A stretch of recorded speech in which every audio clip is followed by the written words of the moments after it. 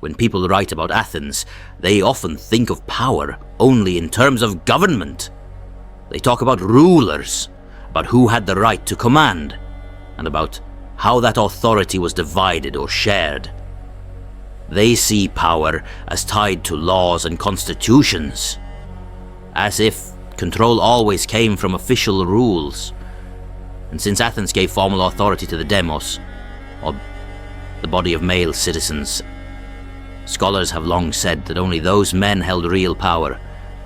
They say the polis was made up of politai, the male citizens and no one else. Slaves, women, and free men without citizenship, who were actually most of the people living in Attica, are usually treated as if they had no power at all. But the truth was more complicated. You see, besides laws or constitutions, power in Athens was something that grew out of many situations, all merged into daily life. To see this more clearly, let's look at the strange case of wealthy slaves. Men who owned money and sometimes even businesses, yet had no political standing. They show us that power could exist outside official authority. After all, power is not separate from things like money, knowledge, or even personal relations. On the contrary, power is bound up with them. Now, some slaves in Athens, though not free, still managed to command and influence others, even citizens. That doesn't fit the old picture, where only sovereign authority counted as power, because power is the ability to get what you want, even when others resist. It is the chance to carry out your will in a social setting, regardless of whether the rules allow it. Notice how culture, society, and even psychology shape power. It all links to a person's sense of self, to the way someone feels strong and acts on that feeling. Depending on location and time or era, power is not a treasure stored in one place or given to a chosen few. Power is usually like ever-changing ground beneath us, the moving base of struggles and forces. Power is never outside other relations, for it is tied into money, knowledge, and even sexual ties. In other words, power does not come only from above, for it also rises from below.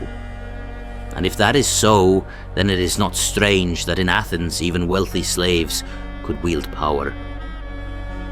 Their influence may not have come from a citizen's vote or the voice of the assembly, but it did come from the reach of money, skill, and daily dealings. In fact, when we look beyond Athens, we find that slaves in many times and places found ways to gather wealth, to command others, and sometimes to stand firm even against laws that sought to keep them down. So Athens was another place where those without formal rights still found means to act with power. And that's exactly what we're going to dive into right now. They used to say in Athens, "Some slaves live magnificently, and rightly so." And it was true. In the 4th century BC, there were enslaved men who worked as businessmen or civil servants, and some of them gathered great wealth and influence. Yet, even so, the law still kept them unfree. The Greeks had many words for the unfree. Men, women, and children could all fall under these terms, and each carried its own shade of meaning. There was no single simple category, for the ancient Greeks used different words for slaves. In the works of Homer, Hesiod, and Theognis, a slave was called a demos. This word usually referred to war prisoners taken as property. Later, during the classical period, the Greeks used the word andrapodon, which literally means one with the feet of a man, to distinguish slaves from livestock. The most common word for a slave was doulos, which was used in contrast to a free man. An earlier version of this word found in Mycenaean inscriptions was douiro for a male slave and douira for a female slave. The verb form of this word, which survives in modern Greek as to work, was also used to describe one city having power over another, or parents having power over their children. Then there's the word oikos, which referred to a household servant, meaning one who lives in the house, and an anagnostes was an educated slave whose job was to read books out loud to their owner. In Athens, there were public slaves called demosiai, who were bought by the state to do different jobs. They worked as police officers, executioners, and clerks, as well as in the treasury courts and assembly. Some were also minters, miners, and rowers in the Athenian navy. The state was responsible for training them for these specific roles.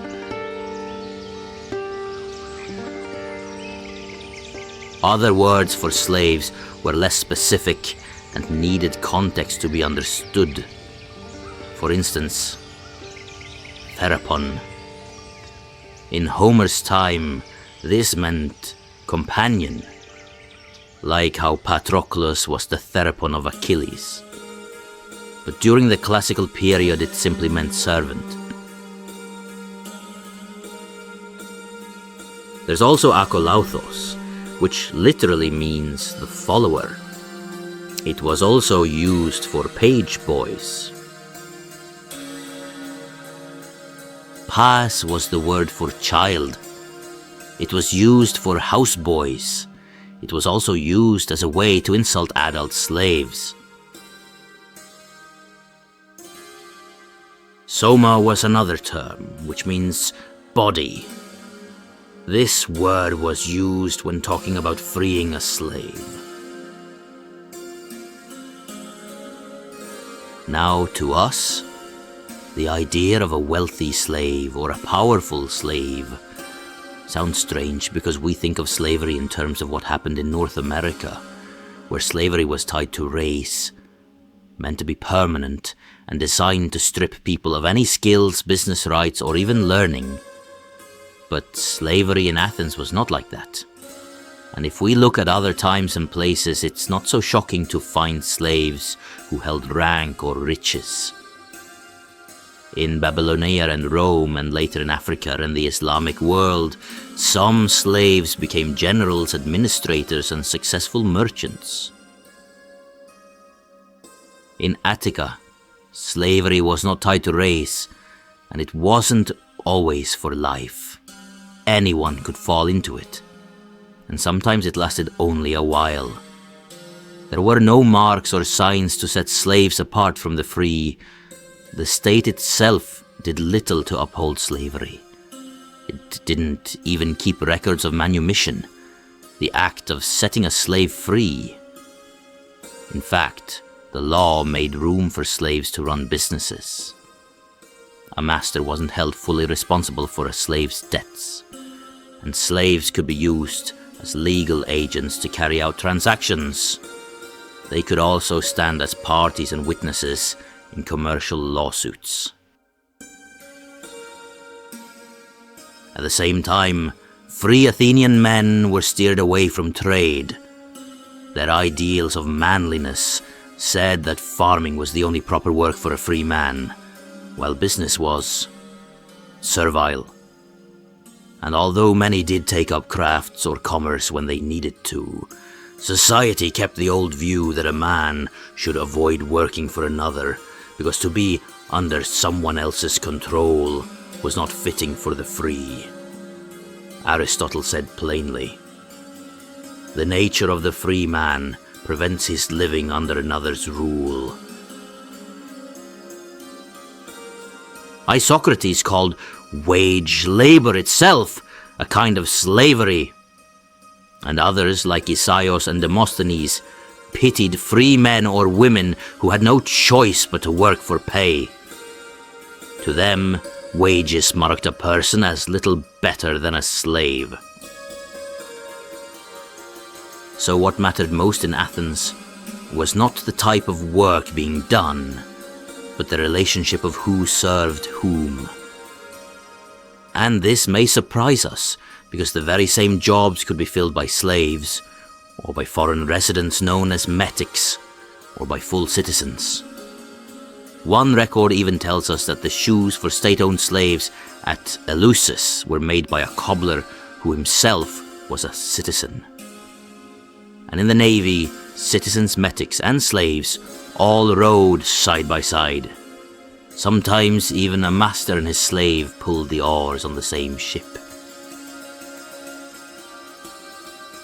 In Athens, life inside the household often brought free women and slaves together, both working at the same tasks.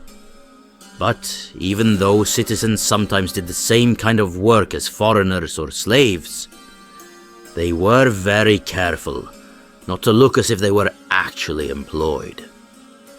For a free Athenian, stable service under someone else was considered shameful, so if they worked outside their own household, it was usually just for one job, or for a short time, and rarely tied to one employer.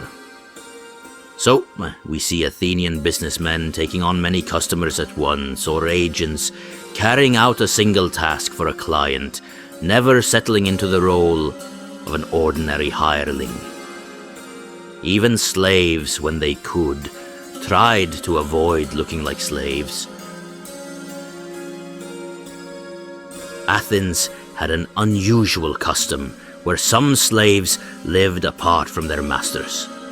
These men could run their own businesses, set up their own households, and sometimes even own slaves of their own. They lived almost free, with a little oversight from their owners. This odd system was tied to the Athenian idea of manhood. Since men thought it beneath them to run households or take on stable business work, they left most of those tasks to women, foreigners, and slaves. And since many free men could support themselves through crafts, small trade, or the many paid positions in politics, that meant businesses needing regular labor had to turn to slaves and family members.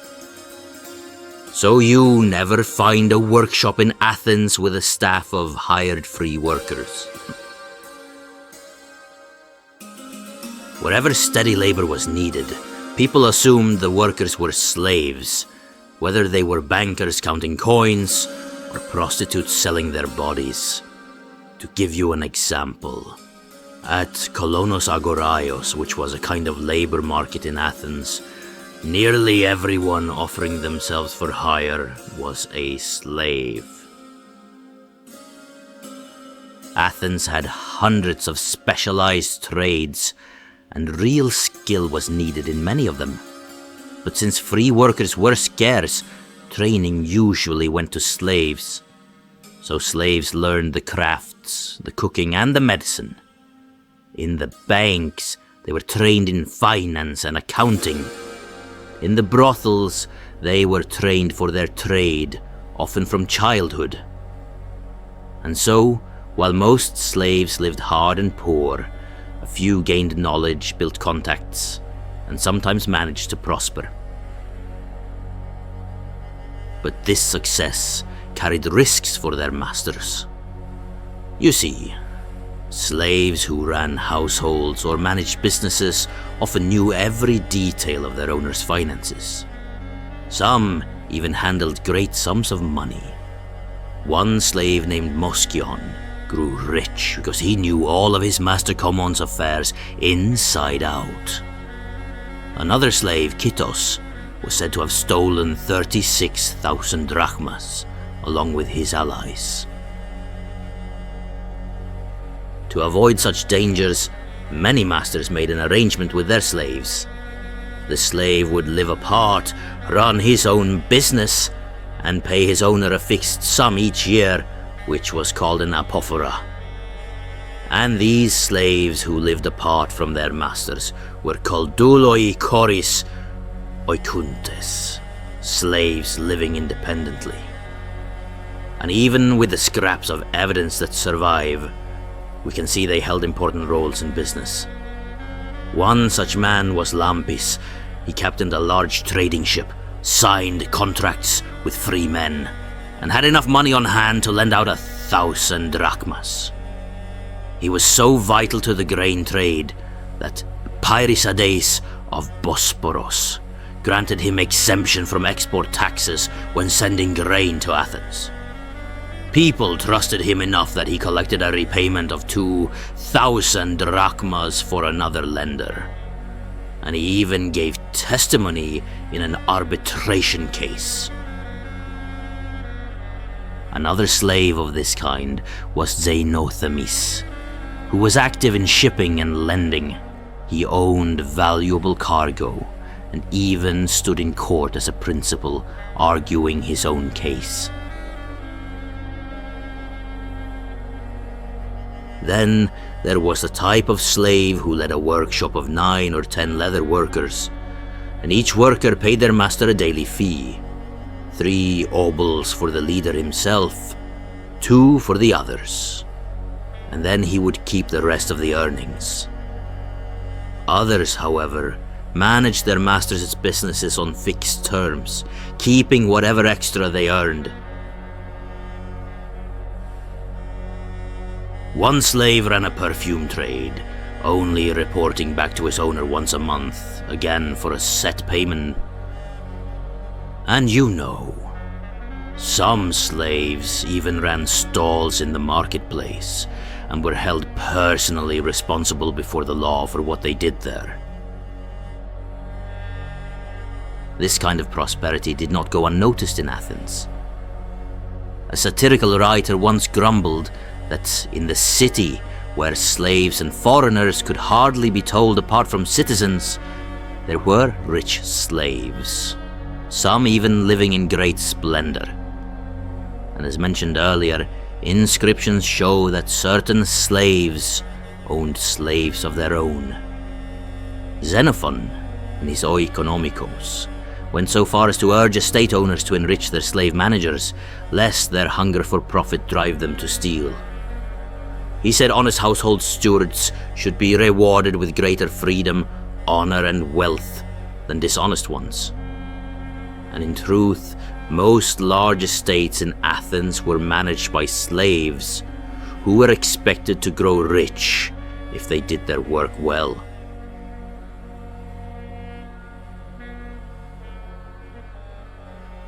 There were 4 notable slaves: Xenon, Euphron, Euphraios, and Callistratos.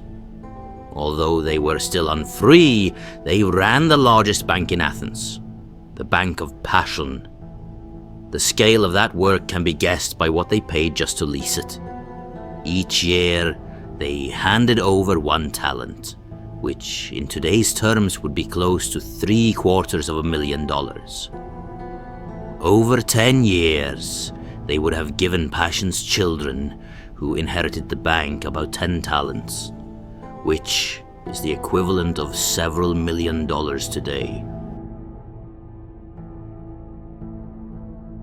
Passion himself had once been a slave too, but while still in bondage, he played a leading part in his master's bank and later ran his own. Another man, Phormion, who would one day become Athens' greatest financier, began as a slave as well. He first partnered in a trading venture and not long after rose to stand among the wealthiest men in the city, a benefactor whose generosity carried great weight. Demosthenes, the famous orator and statesman, even ranked Phormion first among Athens' great leaders when speaking of those whose contributions supported the city. And when Phormion faced trial, Demosthenes warned the jury that punishing him could harm the city itself, since Athens had come to depend on the wealth and gifts this man continued to bestow.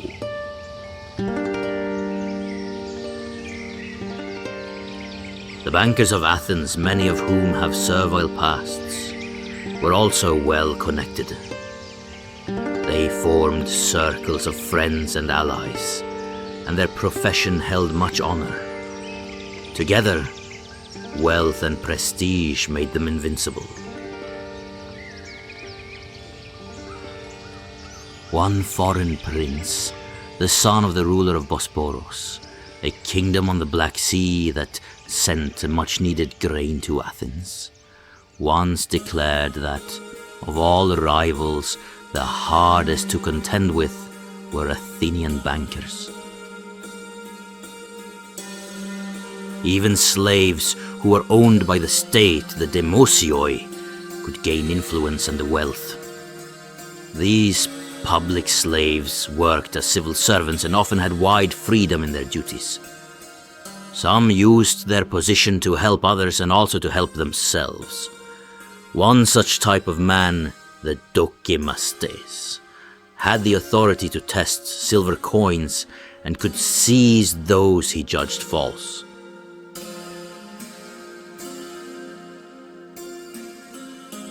Another public slave, called Pitalakos, became notorious in a quarrel with a citizen named Hegesandros. The fight was over a youth named Timarchos, who was said to be a prostitute. So Pitalakos kept Timarchos in his home, using his wealth to do so. He even took his citizen rival to court after a drunken attack on his house. Neighbors were roused.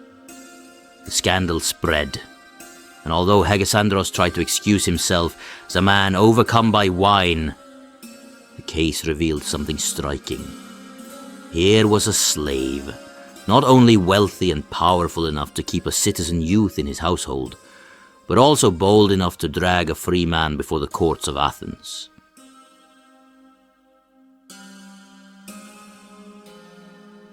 Now, it should be said that not every slave in Athens had such fortune.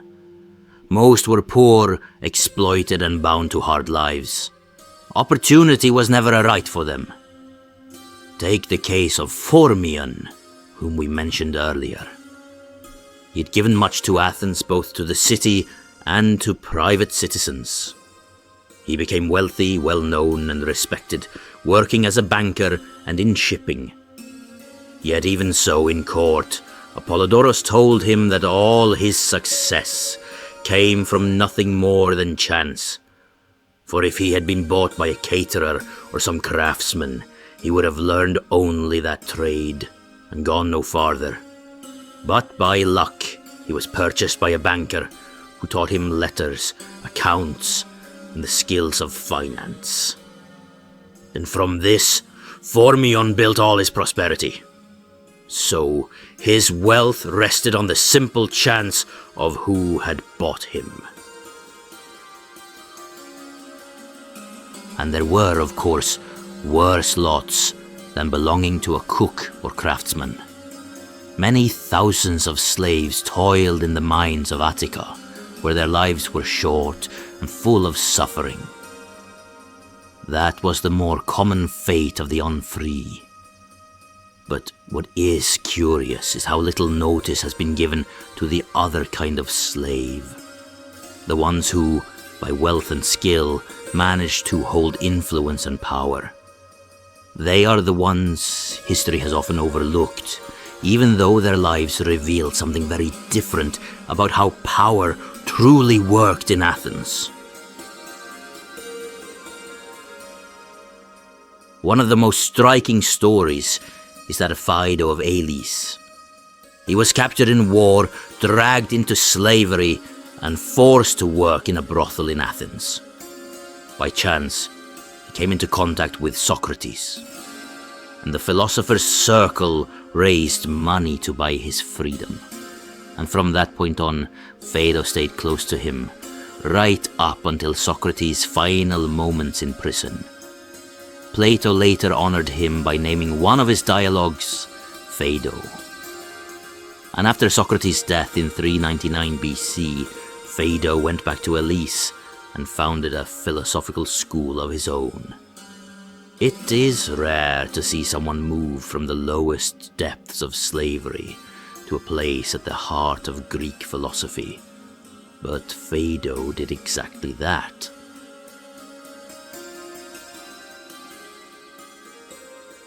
Another figure who lived on the edge of power and scandal was Neaera. She was enslaved as a girl and forced to work in a Corinthian brothel. Eventually, she earned enough money, mostly through wealthy clients, to buy her freedom. Thereafter, she moved to Athens. For years, she lived as a courtesan, sharing her life with an Athenian named Stephanos. But things turned dramatic when she was accused of living as his lawful wife, which was something forbidden to a foreign woman. She was also accused of passing her daughter off as a citizen. The trial, preserved in the speech against Neaera, turned her into a notorious figure of Athenian legal history. Through her story, we see how a woman who began life as a slave could unsettle the city's deepest rules about sex, money, and citizenship. Then there's Midas, another enslaved man who appears in the courtroom drama against Athenagenes. He managed a successful perfume shop in Athens, running the business so well that he became central to a shady legal trap. His owner, Athenagenes, used him and his two sons to lure a buyer into taking over the shop, debts and all.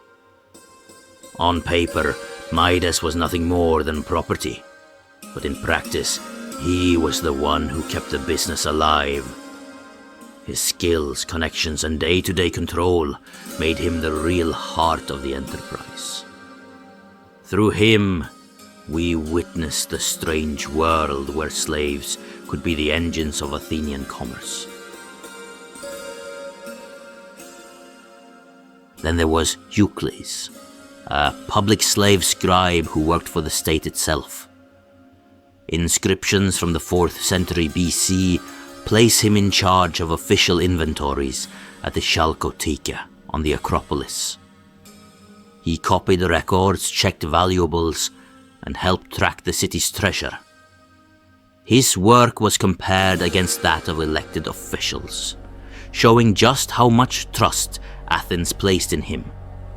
Like Pitalakos, another public slave, Eucles was proof that even those owned by the state could hold positions of authority and influence in civic life.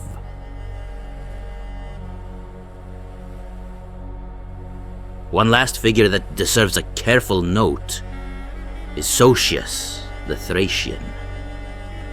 Many modern summaries call him a slave, but the text itself does not. Xenophon tells us that Nicias owned 1,000 mining slaves and leased them out to Sosius, who paid a fee per head each day. The wording makes Sosius look less like a slave and more like a contractor or overseer who managed a massive workforce. Now, as for numbers, the Athenians themselves believed there were more slaves in Attica than free men. A census in the late 4th century BC counted foreigners at nearly half the number of citizens, and likely more when unregistered residents and transients are added. In earlier, richer times of that century, there may have been around 100,000 metics living in Athens, and the citizen body of men alone was only about 30,000. Altogether, the population of Attica may have reached 300,000 or more. In Athens, a man without political rights was hardly counted as a man at all. The gap between men and women, people said, only truly existed among the citizens. For those who were metics, the line was less sharp, and for slaves it was blurred almost beyond sight.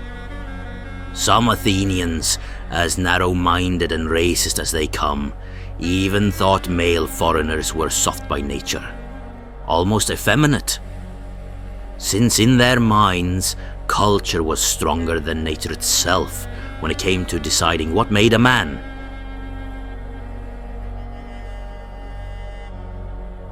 Now, when we talk about power, it can be seen in three ways. First, there is the social side, where one person controls another through force or the threat of violence. Then there is the psychological side, the ability to sway someone's mind to make him see his interests differently. And lastly, there is the cultural side, where force becomes authority and obedience feels like duty. A lot of powerful folk rely on such conventions to hold their position over others. And history shows us examples. In America, the highest court once declared that freed blacks could never be citizens. Even after gaining freedom, they had, as the judges put it, no rights which the white man was bound to respect. Similarly, in the South, laws kept slaves from entering the professions or handling business deals. Yet, despite those rules, many still worked trades and did business in the cities. They paid their masters a set fee but kept the rest of what they earned, and their wages often matched what free men, whether black or white, received for the same work. There were also harsh laws against teaching slaves to read or write. For instance, Virginia's code in 1848, for example, set punishments for it. Athens, however, took a different path. Their masters often gave young slaves training in useful skills, preparing them for trades instead of shutting knowledge away from them. And by the 2nd century before our era, Roman slaves were already taking part in trade on their own, buying other slaves with borrowed money so they could train them and sell them again. It was only later that Roman law worked out a proper way for people to do business through agents or dependents. And when that happened, most of those managers turned out to be slaves themselves. In Athens, many slaves were Greek in origin, though not all. Nothing in the law stopped one Greek city from enslaving people from another. So being a slave was seen as a misfortune, not as something natural or permanent. Anyone could fall into it. Even Plato, who came from one of the noblest families of Athens, was once captured at sea and offered for sale, until his friends ransomed him back to freedom. And he wasn't the only one. There was a man named Nicostratos who owned slaves, and while chasing 3 of them who had run away, he himself was seized by a warship, carried off to Aegina, and sold into slavery there. He too was eventually freed and brought home. These stories were common enough that Lysias, enlisting his family's duties as citizens, included not just paying taxes and obeying the laws, but also ransoming fellow Athenians who had fallen into enemy hands. In Athens, the freeing of slaves was very different from what we see in other places. In Rome, for example, the state had strict rules and officials had to be present for a slave to gain freedom and even citizenship. At Athens, however, there was nothing like that. The state didn't provide direction, and there wasn't even an official record kept. Some people tried to make manumissions public by announcing them in the theater, but eventually the state banned that as disruptive. Later, a few inscriptions known as Phaelai Exeleuthericae appeared, perhaps to create some sort of record in the years of 320 BC. But even those are uncertain, and not much can be said for sure. life in Attica had another striking feature. It was hard to tell people apart. That's right. Slaves, citizens, and foreigners often looked the same, dressed the same, and carried themselves in the same way. A satirical account of Athens even joked that because there was no law forcing slaves to wear different clothing, one might easily mistake a citizen for a slave and strike him by accident. Court speeches from the time show how often such confusion arose. In one raid on a farm, a creditor's men carried off the farmer's own son, thinking he was a slave. And in another case, a free woman was abused because she was taken for a slave. There was even a trick where a young citizen was sent into a neighbor's garden to pluck flowers, in the hope the neighbor might beat him, thinking he was a slave and so be liable for insulting a free man. Meanwhile, the Athenian state offered its own kind of support. Citizens could earn money for serving in the army, for sitting on juries, and for attending the assembly. Those too poor or disabled to support themselves might even receive direct grants. A man who could not afford a slave did not think of hiring a free worker to help in his shop. Instead, he looked to the state for aid. And yet, Athens was also a place of many trades. Work was divided finely across the city. You had craftsmen, doctors, cooks, metalworkers, carpenters, and more, each with their own skill. Even prostitution was spoken of as a craft, a trade with its own place among the rest. And as mentioned before, slaves were often trained in such crafts, learning to cook, heal, or build. They could be skilled in ways that many free people were not. Aristarchus once drew a sharp line between the two kinds of learning. Free people, he said, received a broad but impractical education, while slaves were trained in real crafts. He pointed out that his own female kin lacked the knowledge and skills that the household slaves possessed. To him, that contrast showed how training in a craft gave true usefulness, while a so-called liberal education left one without a trade.